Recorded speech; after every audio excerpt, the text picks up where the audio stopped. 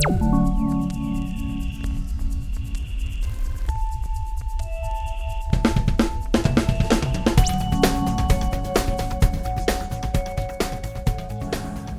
Kanawaki, Cody Diabo, and just first I want to start off by saying, I wish everybody's doing well.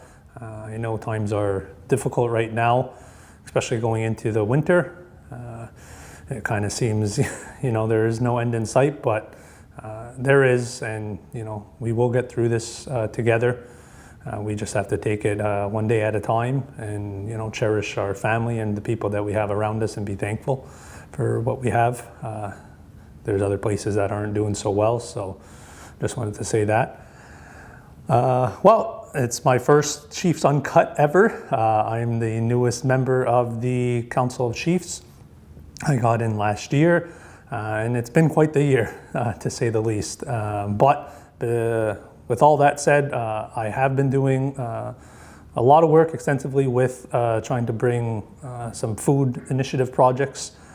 Some of it you may already know about that I've been speaking about is the Aquaponics project, which is at its hopefully almost its last stage. Some of the numbers are being worked on by the consultants. So I'm hoping to have more of an update later on for that, more formal update.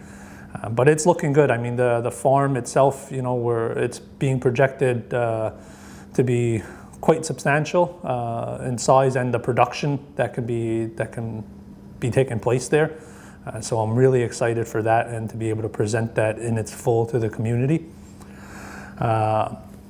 Also on that, I'm looking, it's still in the early phases right now, but I'm also looking at how to diversify that a bit more. So potentially a partnership with maybe some livestock farmers to try to bring in some poultry, so chicken, some eggs, because we can only live off of fish and leafy greens and some fruits for so long before we start wanting something diverse. So I'm hoping to have some more updates on that as well.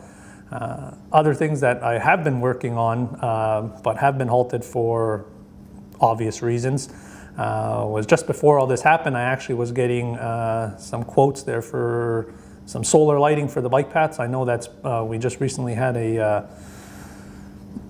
survey done by the capital unit for bike paths in Kanawaki, and I think, and from what I've heard, is there's some safety issues. People are worried, they want to be able to use it at night. So my whole goal is to bring sustainable projects to Kanawaki. Another thing that I've been working on, and I know I probably haven't updated as much as I should about, is the whole asbestos ACM issue that's also taking place right now. So myself and the asbestos working group are working diligently every day to try to finally come up with a remedy, resolution for this situation. It's taking a bit longer. I understand that, and I can only imagine what people, are going through over there. So I just ask for a little bit more patience, and there is some upcoming work on that, some soil characterizations that will be done, some smaller remediation work that's going to be taking place soon, just to keep it moving, just so people know that it hasn't stopped, and I continue to work on it every day to make sure that it will be resolved one day. Other than that, really, I mean, I also am working on the Kanawaki Lease file. That's also slow going. COVID sort of had a large impact on meetings and all that, so trying to switch over from in-person to virtual or teleconference. So with that, next year is the lease renewal date, so we're hoping to try to get something finalized before then, between the lot holders, the MCK, and the federal government, who is essentially the lessor of the lease, and we're going to make sure that they do their part, for creating that whole situation.